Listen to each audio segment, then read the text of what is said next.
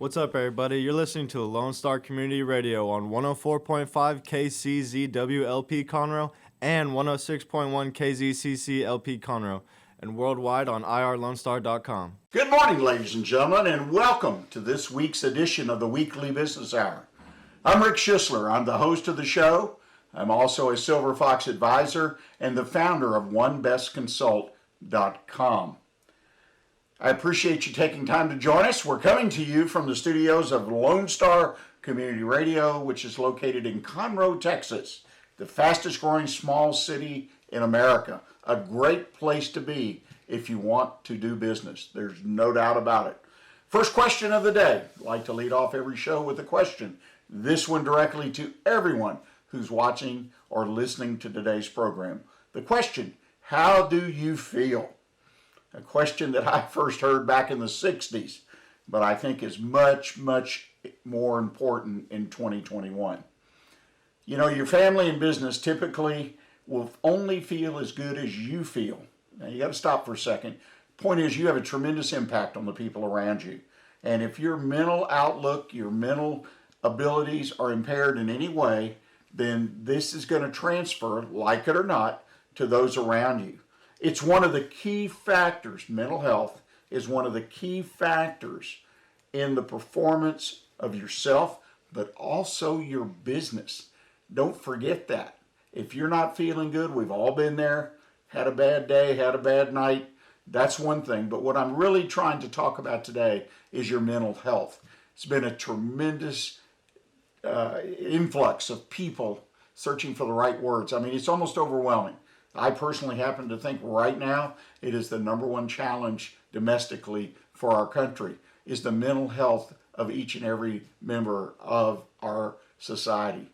So it only goes to say it's important to each of us and each of our families, our businesses. So my point is, everyone that you love, everyone that you care about, everyone you come in contact every day will notice if you're overly anxious, depressed, or suffering from other mental diseases. Sometimes it takes a little longer for some to see it, but eventually it shows through. In turn, their performance and lives will be affected by your mental attitude and actions. My encouragement and answer to the question is, take a good look in the mirror, perhaps, take a moment to reflect, and make sure that your mental health is in the best place that it can possibly be, and if not, seek out some help to get yourself back where you and they need you to be. Your family, your employees, your vendors, your customers, and others will appreciate it. Well, today, the Weekly Business Hour is at Montgomery County's place where business is discussed. As people now all over the world due to the internet come to discuss business. We like to ask questions and seek answers, particularly peer-to-peer. So today we have a special guest joining us on the show, Roger Goertz. Roger is a longtime small business owner. He has owned businesses that on his own, and he's also owned businesses that are franchised. And that's what's important to understand. He's going to talk to us about that today because that's a big question, particularly when you're starting a business. Do I want to try to find a franchise, or do I just want to, as I say, own it on my own and chart my own path? So I hope that you will take a few minutes and listen to our recent conversation with Roger Goertz. Well, welcome, ladies and gentlemen. This is Rick Schissler. We're out on the street. We're looking to find people that know their business, so to speak. And today we're fortunate enough to have stopped off and we're visiting with Roger Goertz. Roger has been on the show before. He's a good friend of the show and has a wonderful, wonderful business history and experience. And today, Roger, we're going to talk a little bit about self-ownership versus franchise. You have lots of experience in both sides of that, and I think it's a choice that a lot of people have to look at, particularly when they start in business, of whether to be a franchise or just go it on their own. So thanks for taking time today to visit with us. You're welcome. Anytime. Well, I appreciate it. Well, the beginning of all this conversation, when someone's looking at which way to go with their business, obviously is, franchise. Do I want to buy into one or buy one, I guess? Talk Right. a little bit about, because you've had that experience Mhm. and understand it, I think, very well. Let's kind of kick off there. Okay, and I want to preface, I know the last time that you and I met, you asked me the question about why I bought a franchise. And I explained why. One of the things I didn't mention is because I was working for the franchisor at when I made the decision to buy my own franchise. I did it because I had a lot of friends in Mr. Rooter. That's the franchise I bought. And I wanted to stay close to them because I knew the networking with them was going to be extremely important. And they wanted me to stay in the so-called system, if you would. And I think I told you in my earlier interview, the other reason I purchased the franchise is it would be easier to sell in terms of the audience. The audience would be larger, probably because the audience looking to buy a franchise, especially an existing one, they're still looking to have someone there to lean on, some coaching that the franchisor would provide. So those were some of the reasons why I purchased the franchise. Now, if I was to go back and do it all over again, I might go the sole proprietorship, own my own business. And I say that because owning a franchise, you're a little bit restricted in some of the ways that you would like to manage your business, because you have to follow their systems, you have to follow some of their procedures. There's certain guidelines found within the franchise agreement that you have to agree to. And I've been told I'm kind of a maverick when it comes to running a business. And matter of fact, one of the gentlemen who hired me to work at this franchisor out of Waco, he kept telling everybody, he said, you can't look over Roger's shoulder. You tell him what you want to have done and then let him do it because he'll go get it done. And that's kind of the mindset of a sole proprietor. I mean, you're a driver and you want to make things happen, and you don't want to be held up by certain rules, certain parameters that the franchise might put on you. Well, you usually stated it well. When you take on a franchise, one of the things you take on, good or bad, I guess, is a way to do the business, and that they oversee, and some more than others, I'm sure. And like you say, if you're really one of those kind of people that likes to do it on your own, you got your own ways that you want to do things, Right. you need to be very careful in making that choice. I agree with that. Well, the first thing, obviously, when you kind of make that basic decision of whether you're franchise or self-owned business, is the type of setup, kind of a legal thing of what type of corporate setup, Yes. kind of business model you're going to follow.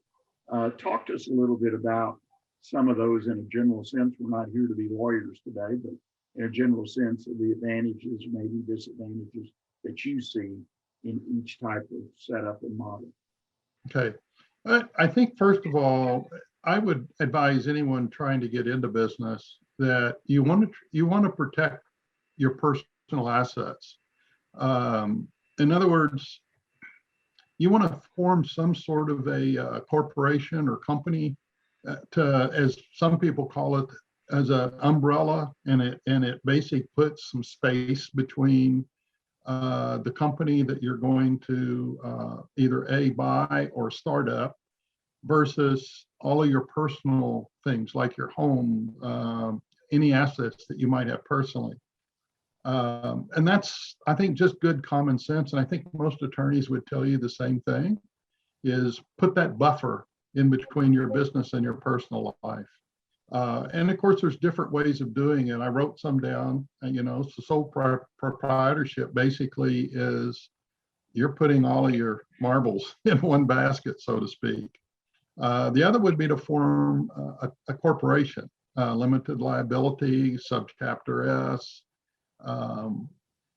The challenge with those, especially on the franchise side, when you sign your franchise agreement, once you make that decision, and so does the franchisor, you sign that franchise agreement, they're going to have you to sign it personally and personally guarantee it.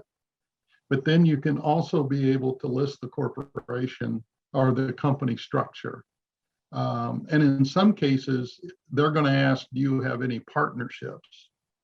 And because their next question is going to be, do they own a percentage of your business? And anything, typically a franchise, anything that's 10% or greater. So like if you and I got into business and we wanted to buy a franchise, and if you had an 8% interest in the business, you don't have to be on the franchise agreement, nor will you have to guarantee it. But if you're at 10% and greater, you're one of the guarantors. Wow, that's taking on a lot, I would assume, for a 10% ownership, probably no say and control of the business. Yes. That's a very interesting proposition to consider as a minority Correct. owner of a franchise. Yes. And then of course, the franchisor will be doing background studies, that type of thing.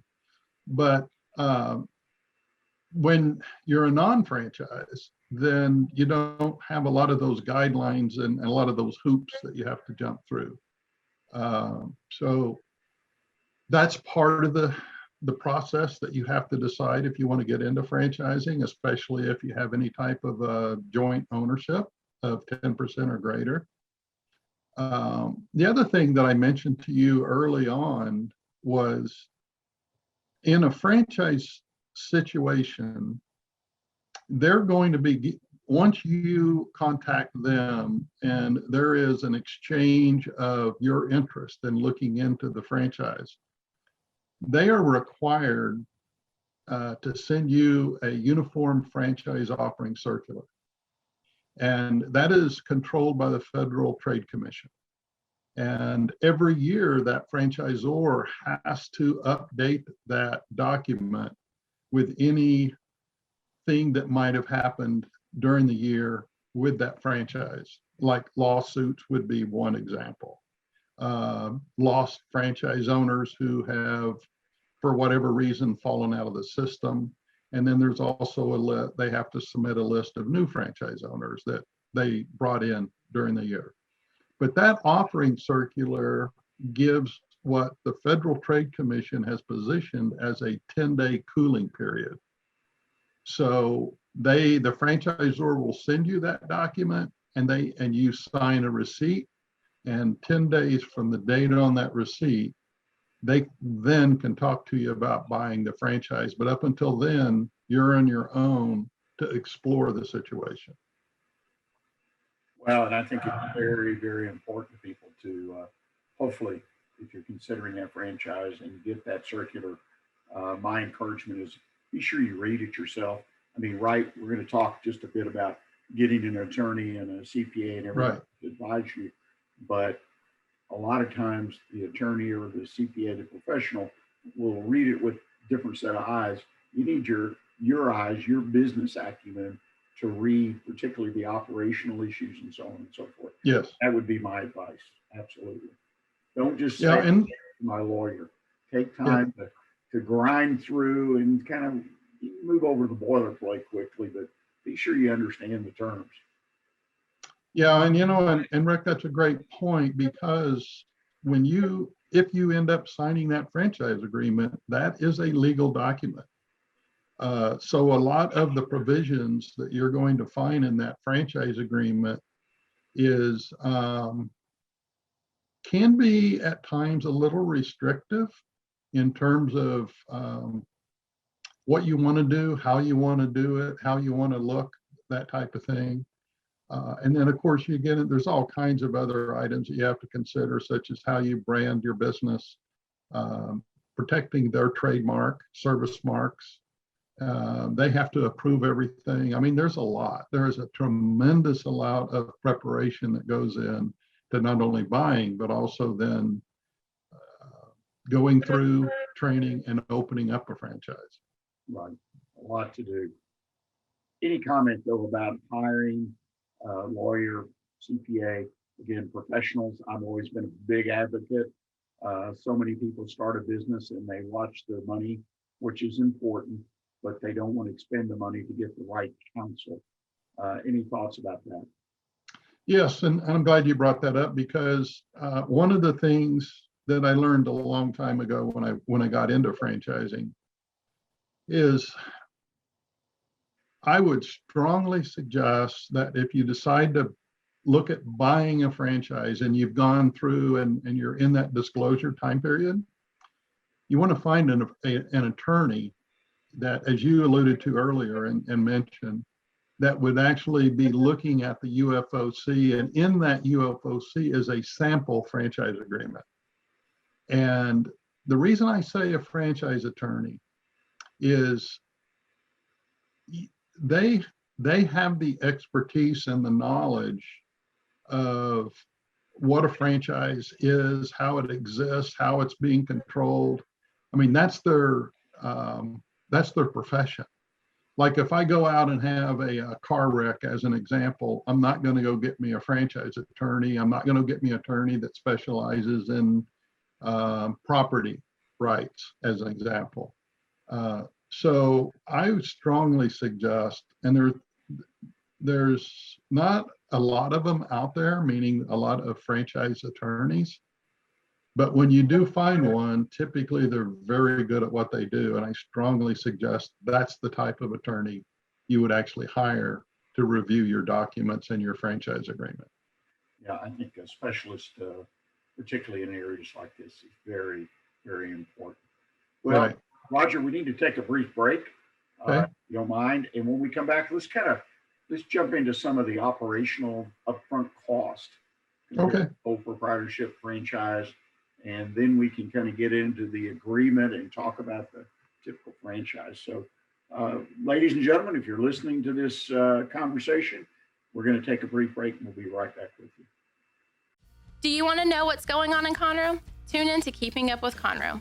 Keeping Up with Conroe will highlight upcoming events and local businesses in the area. Keeping Up with Conroe will air the second Tuesday of every month at 11 a.m. and will be hosted by the Conroe CVB staff. Keeping Up with Conroe will highlight Conroe's amazing attractions for residents and visitors. So tune in to Keeping Up with Conroe and join the staff of the Conroe CVB every month on Lone Star Community Radio. For more information about Keeping Up with Conroe and the Conroe CVB, go to visitconroe.com. Lone Star Boxer Rescue is a nonprofit organization serving Montgomery County and surrounding areas, dedicated to the health and well-being of the boxer breed. Lone Star Boxer Rescue is run and managed 100% by volunteers since 1999. Our main objective is to rescue, rehabilitate, and rehome boxers that come to us from many sources, including local animal shelters, owner surrenders, and strays. For more information about Lone Star Boxer Rescue, visit our website at lsbr.org. What can the Better Living for Texans program do for you?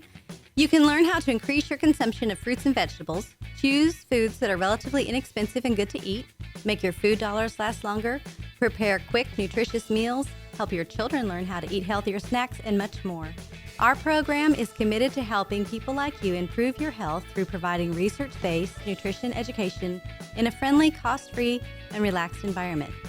We are Texas A&M AgriLife Extension, helping Texans make their lives better.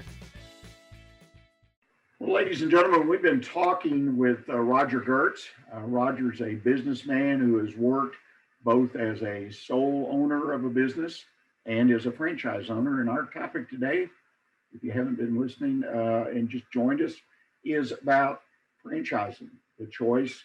And we're doing really kind of a deep dive. And there's a lot of interesting things that as you move through making a choice of business structure to think about if you're going to be a franchise. Some of these things we've never really discussed on this program with other guests. So Roger, let's talk about upfront cost. I mean, I alluded to it in our last segment as far as people not wanting to expend the money to hire good counsel, CPA, lawyer, but you got to come with the money. And there's some other things that are a lot bigger investments, particularly when you go to the franchise. So please walk us through that.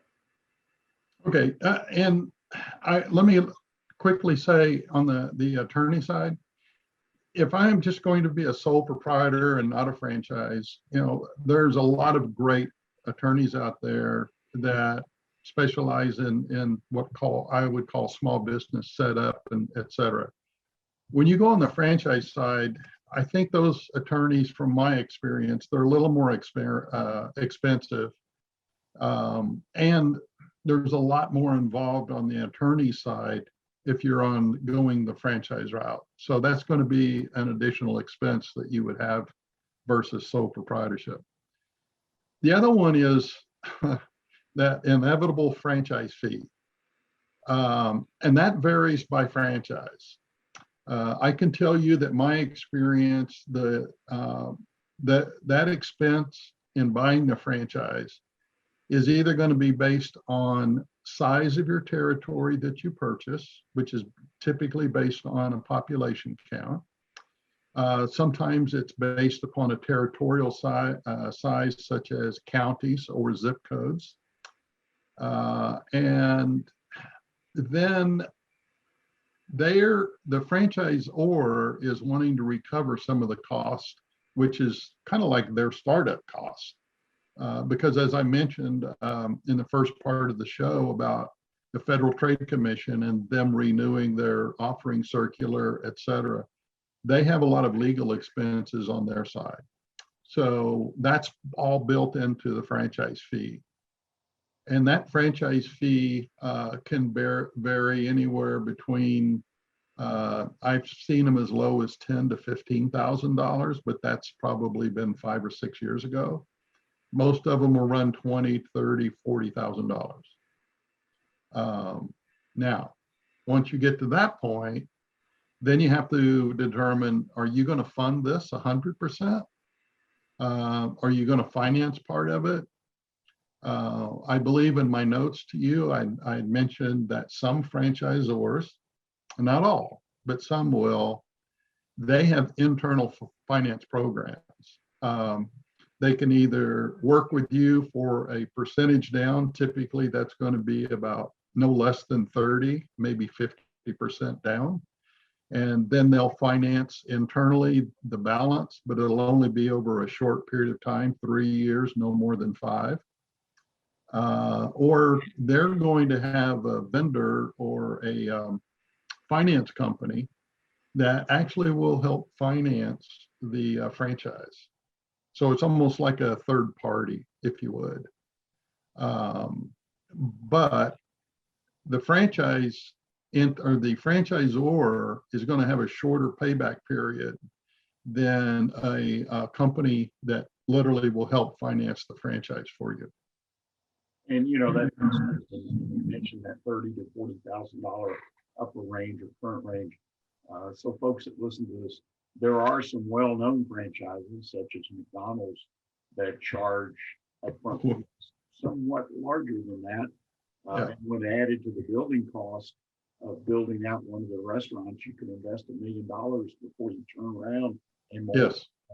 But yes, the franchises that I've come across and people have brought to me and talked to me about usually are in that lower middle range of $30,000, $40,000, $50,000 as far as actual fee, not in building and leasehold improvements and whatever you got to go through. But yeah, it can be very interesting. Hard to do an ROI. I'll tell you, sometimes it kind of takes a big gulp to say.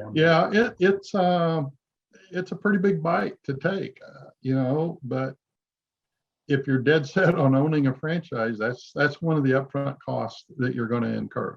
It's like making an investment. It's got to pay off over a period of time. Well, let's talk about some other fees that are associated with franchising, if you don't mind, because they're typically ongoing fees. In other words, upfront, then you've got fees that continue for basically the life of the franchise. Yes. It's in most of the franchise agreements, once you've signed, they have a deadline in that agreement for you to open your franchise. And they have been known to be a little flexible on that, but it's put in there for a purpose. They want you to get your business open and started. And the primary reason for that is they have this ongoing royalty fee. And then they will typically also have a second fee, which is could be titled a national advertising fee, which can be a little bit misleading. And I'll explain that in a little bit later. But the royalty fees, when you open the door, is typically due during the end of the first week of your operation. And it's typically a percentage. In some cases, some franchisors have flat fees. Those are becoming further and farther in between. Most of them now are on a percentage basis or a minimum weekly fee. So as an example, one of the franchises I'm familiar with is your royalty is based on 6 to 10%. And that's 6 to 10% of your sales for that week. What they're going to do is they're going to have a minimum dollar amount, because when you open, your sales might not be sufficient enough in the franchisor's mind to offset some of their costs, their ongoing costs, which is the development of the franchise system, their support system, some staff they have to put together national advertising campaigns and that type thing. So you're going to either have a minimum weekly royalty amount you pay or a percentage, whichever is greater. Well, and I think that's important that people figure that in. It's funny, I grew up in a family business, and we eventually got into what I guess could be called franchising. We called it licensing, because Yes. we went to existing business in the industry and they just changed their name and adopted a few processes and so on and so forth. But they paid a fee, percentage of sales, and most importantly, they paid an advertising fee, which Yes. was pretty transparent on how the money was spent and gave us a broad area and ability. So that's been my limited direct experience with franchises, and the fact that in our case, we were there if they wanted help. Some people wanted help, some people didn't. It was okay.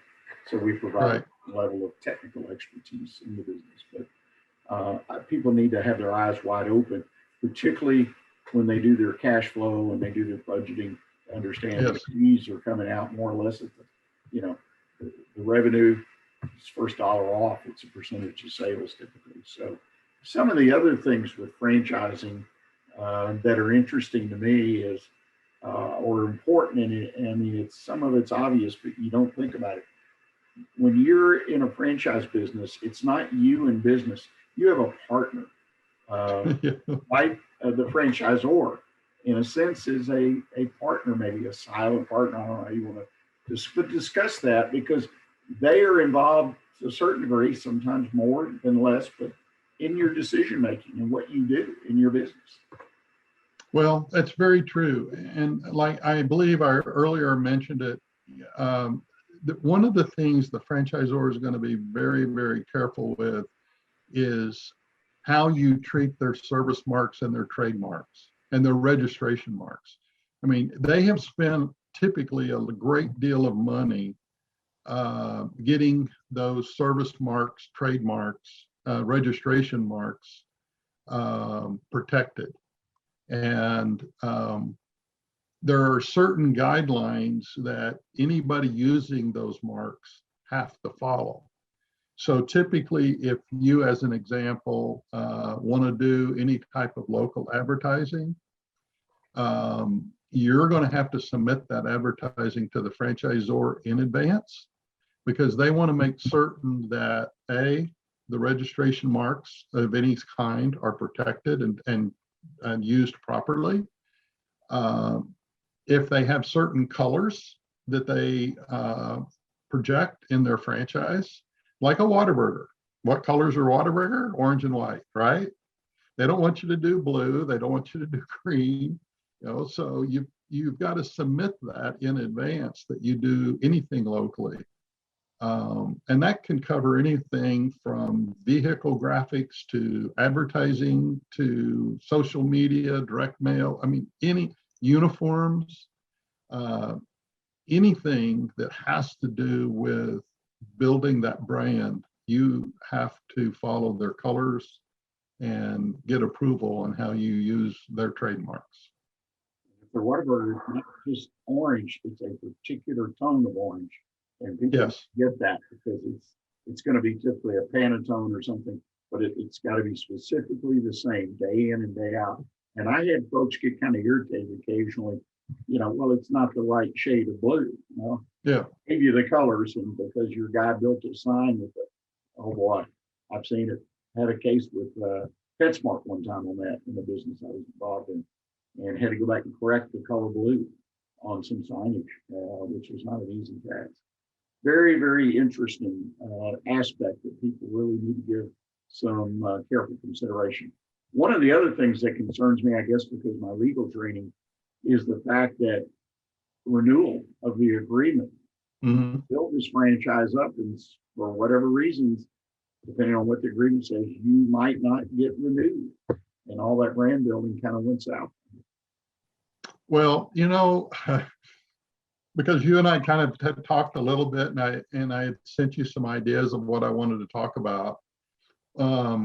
This doesn't happen very often, and this is only the third time I've heard about it in my right at 50 years experience in franchising. Very, very few, but there are some, and that's why it's so important to read that franchise agreement. There is, and I'm not going to mention their name, but it is a major franchise. It's in the sandwich world. They have a 20-year franchise agreement, and at the end of 20 years, they have the right to take over the operation. And it's not your choice, it's theirs. Now, with that said, I'm not that familiar with the whole background of this particular franchise company, but I do know they have some company stores. And so the other two incidences that I have heard in my past where a franchisor had the similar type agreement written into their franchise agreements, every single one of them have operated company stores. And I always felt that was a little bit a conflict of interest, because as you alluded to, if you and I both, we each buy a franchise and we're out there, we work every day, we're following the system, we're following and protecting the brand, but locally, we're building it in our community with our customers. And at the end of 5 years, 10 years, whatever the franchise agreement is, if there's a written provision in there that they can take it over at their option, that's not a good thing. And that's why I think it's extremely difficult. And I'm going to go back again, that franchise agreement is something you really need to be very comfortable with, because that's the controlling device over that 10-year or franchise period. Yeah, I think a great point. And again, we're back to read the agreement yourself. Yes, have the professionals, Yes. but be sure you pull out your yellow line marker or whatever and read, and then ask questions, obviously. Yes. Answers hopefully that are satisfactory to you.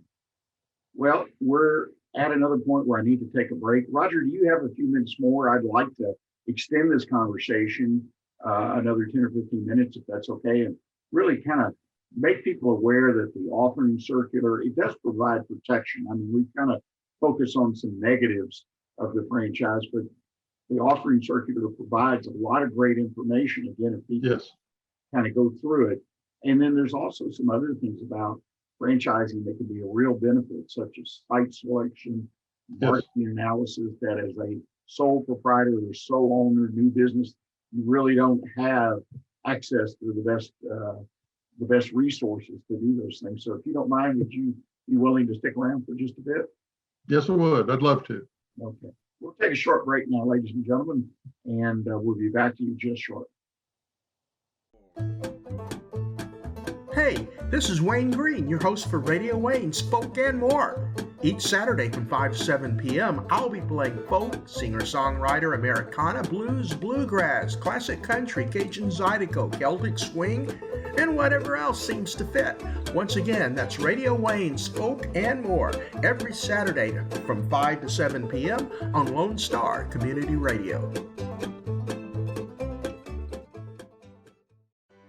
Hey there, this is Kathy Sanders reminding you about a local treasure, the new Danville store located next to the Hyatt Hotel in Market Street, The Woodlands. Shopping at the new Danville store, you will find quality, locally produced items for those hard to buy for friends, co-workers, and family members, while supporting a great cause. Shop local, shop for a cause, shop the new Danville store at Market Street or online. Vell Institute, a 501c3 nonprofit, began in 2014 with a mission to strengthen the future of veterans through leadership and entrepreneurship training. We've invested over 1,400 hours of training in our veterans while connecting them with community entrepreneurs and leaders. Our mission is to continue investing in our veterans who have given so much for our country. Please join us in our mission by visiting vellinstitute.org. That's VELinstitute.org. Well, ladies and gentlemen, I appreciate you taking the time to listen to our conversation with Roger Goertz. And it's been very interesting about some insider information, if you will, someone who's really had the experience with franchising as opposed to having your own business that you started from scratch. Roger, one of the things that I really would like people to understand from the insider point of view is the offering circular. And you touched on that at a couple times today, but it offers a world of information, operational information, success, failures within that franchise system, which can tell the potential buyer, right, about how these folks run their business, how successful others have been working within the system. Talk to us a little bit about that and some of the important areas that you see that folks really, really need to pay attention to. Okay. And as I mentioned, that uniform franchise offering circular is required. The franchisor is required to update that every year. So it's kind of like their walking Bible, if you would. And it's kind of like, it's the story of their past and it's the story of their future. So one of the things that to me is a great value that the potential franchise owner would have in that document is there's going to be a list of all the previous franchise owners that are no longer in the system. There will be a list of franchise owners that are in the system. And I highly recommend to anyone looking at buying a franchise, contact at least a half a dozen or more of the ones that are no longer in the system versus those that are in the system. And that information contained in that UFOC, by the way, is going to be their name, a mailing address, and a phone number, a contact.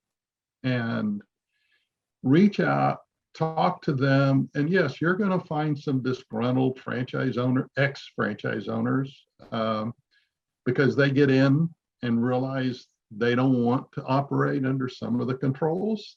So they fight it, and it's not meant for them. Franchising is just not meant for them. Quite candidly, maybe even owning a business without a franchise isn't meant for them either, because you still have, as you well know, owning your own business that's a non-franchise, you still have a lot of requirements that the county might have, the state might have, the federal feds might have. So there's guidelines no matter which side you go on. But with the franchisor, again, disclosing the good, the bad, and the ugly. So call those people and find out, why are you no longer in the system? What happened? What was it like? And then talk to the good ones, the ones that are still there. What are they like? And then you'll be able to see the difference. The other thing that you're going to find in the disclosure document that's really good is the history of the franchisor. Did they have any lawsuits filed against them? If so, they're going to have to disclose those.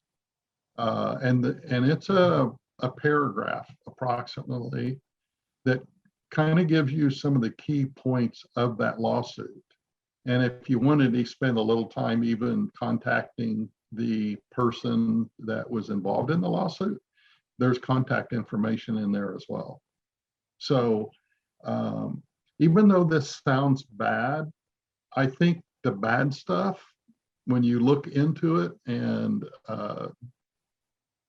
reach out and touch them, it'll give you a perspective on who they are and why they're no longer in the franchise. And quite candidly, that could be a very positive move for the franchise system. There will be things in that franchise offering circular that will identify what do you have to do when it comes to suppliers, as an example. Can you just go out and have your own supplier? Typically not.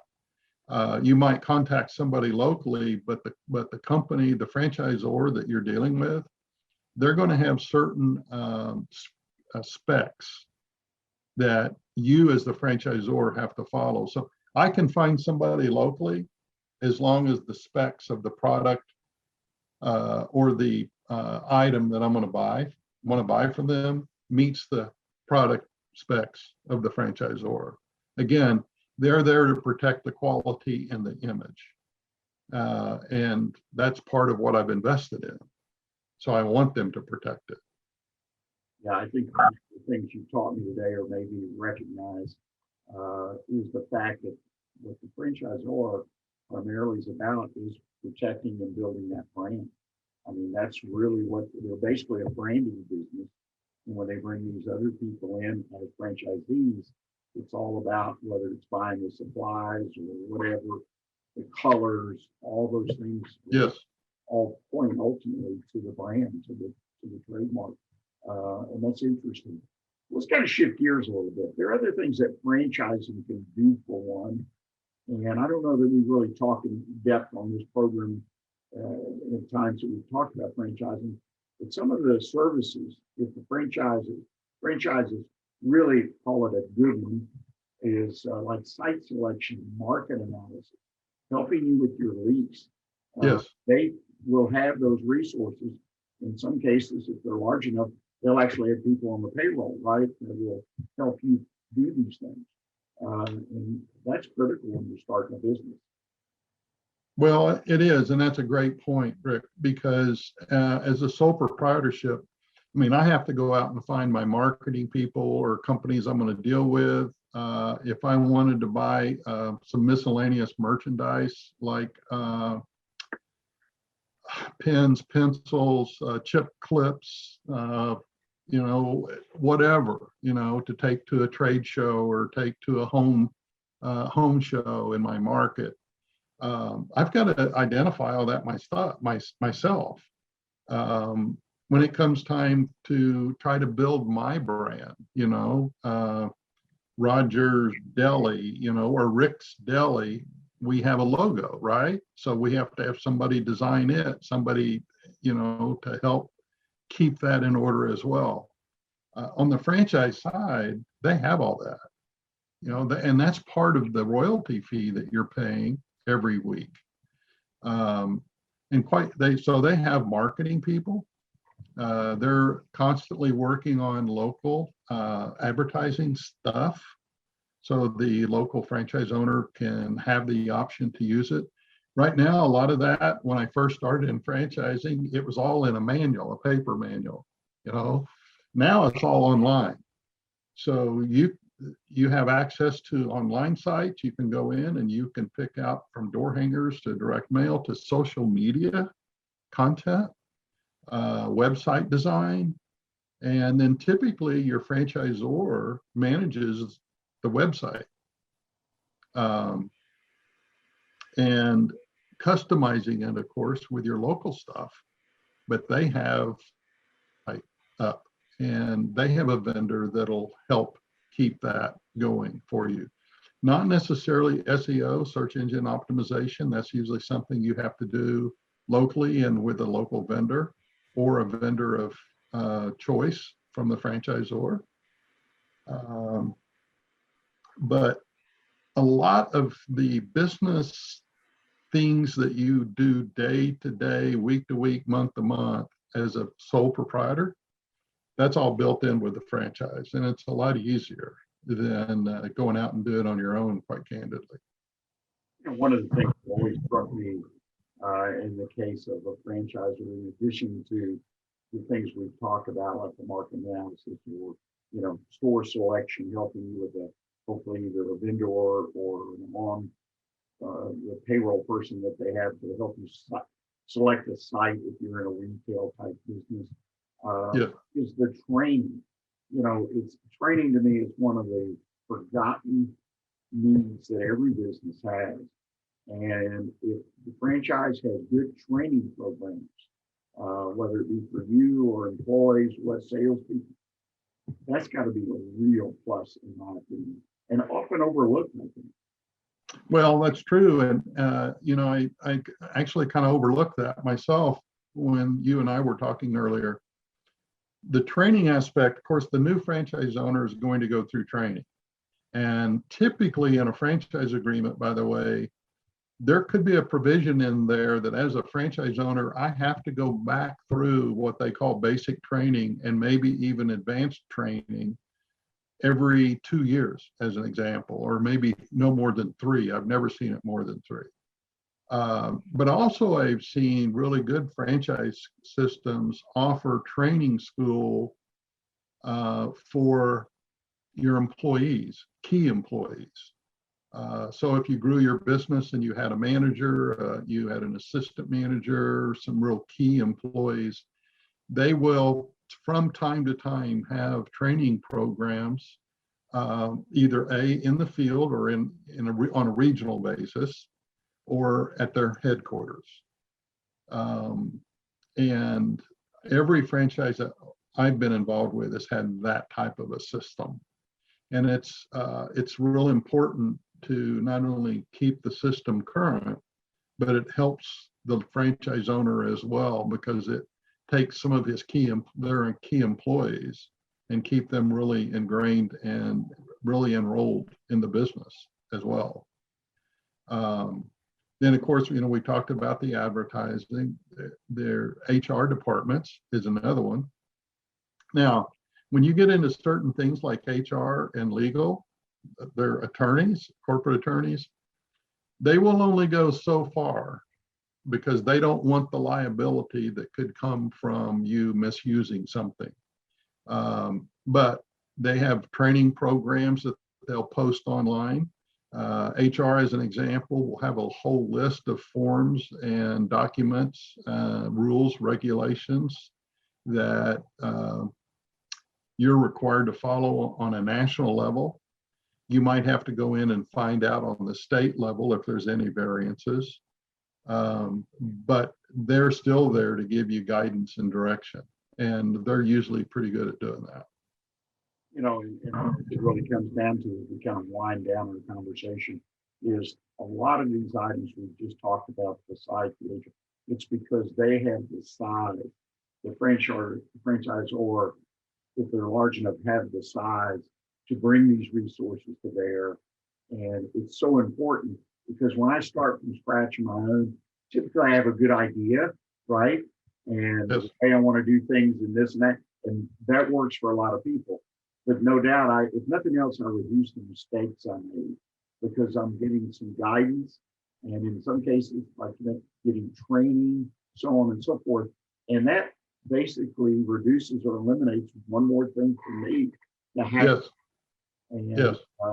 And you would hope that their resource has been vetted and used enough that it will definitely be a benefit to you. So the franchise model, and I'll let you conclude our conversation with a general remark, but it really works for a lot of people as far as the things they really want to be involved. But there's always us, right, that want to go out and from day one, we want to be our own boss. We want to make our mistakes. We want to pick ourselves up, dust ourselves off, and we recognize that. But we want to do it as the song, our way. And there we go. So give us a concluding remark to kind of bring this conversation to a close, if you will. Okay. You almost took the words out of my mouth, but I will say that I think a large percentage of people who want to get into business, I really believe that a good franchise is a way to go. But then you've got this segment over here that's a little more aggressive. when they say sole proprietorship, that's what that really is. I mean, you're out there on your own, but you're going to make it happen. That's because you're a driver. You're a driver. You're an influencer. You're going to make it happen. And the services that we talked about on the franchise side, that's all available on the individual side as well. You know, because there's marketing people in the market, PR people. There's some great, you know, I position myself as a strategist because of all of the experience I've had in running companies, et cetera. Others are called coaches and consultants. So there's people out there that can help, and they can help you structure, help guide you. You can lean on them, just like franchise owners lean on their franchisor. So the franchisor has a support system typically that can work with you. And as a sole proprietorship, you can have the same support. You just have to go find the good ones. So it's a lot of difference. Roger, thank you so much for taking time to let us drop by and visit with you. Great conversation. And if people want to reach out to you direct, what's the best way? They want to talk about franchising, or I know you've got a new endeavor you're involved with, doing some consulting, mentoring work. Please tell us how they can contact you. Well, right now I don't have a website, but on the show the last time, my email, they can send an email to me. Again, it's very simple. It's my name, Roger, R-O-G-E-R, Goertz, G-O-E-R-T-Z @gmail.com. I don't even mind they have my phone number. So that's 281-705-4994. And I can tell you, and Rick, you know me well enough, I have a passion for the sole proprietorship, and I have a passion for the franchise. It depends on who you are and how you're going to fit. And I'd be happy to answer questions. And I appreciate you asking me to be on your show again and talk about this, because as you can tell, it's a passion I have. Well, we appreciate you sharing it with us. And ladies and gentlemen, that concludes this conversation. So we'll go back to the studio and continue the program shortly. Thanks. Well, first, I want to thank Roger Goertz again for joining us in the conversation. Again, franchising, to franchise or not to franchise, right? As the poet once said, to be or not to be. It's a very important question. Again, particularly when you start a business, which path is going to work best for you? And that's the key thing. Is my answer to that, my perspective on the question is it's personal, very personal. And it really depends, as many life choices do, on you as an individual, what your personal needs, expectations are on whether the franchise is your best choice or whether going it on your own is. They both work, they're both effective, but they have advantages and disadvantages. Thank you, Roger, for sharing your personal experience doing business both ways. As we close out the show, I want to make sure that you remember to check on your mental health, as we discussed as we open the show. You will be doing yourself and everyone you care about and have contact with a big, big favor. Next week, 11 o'clock, don't forget to join us. Got another great show lined up. We'll be right here. And I want to thank you for being again with us today and encourage you to stay in touch with everything that's going on here in Montgomery County by listening to Lone Star Community Radio. And in the meantime, until next week, as I try to tell everybody every day, stay engaged and keep your focus on what counts in your business. Thanks.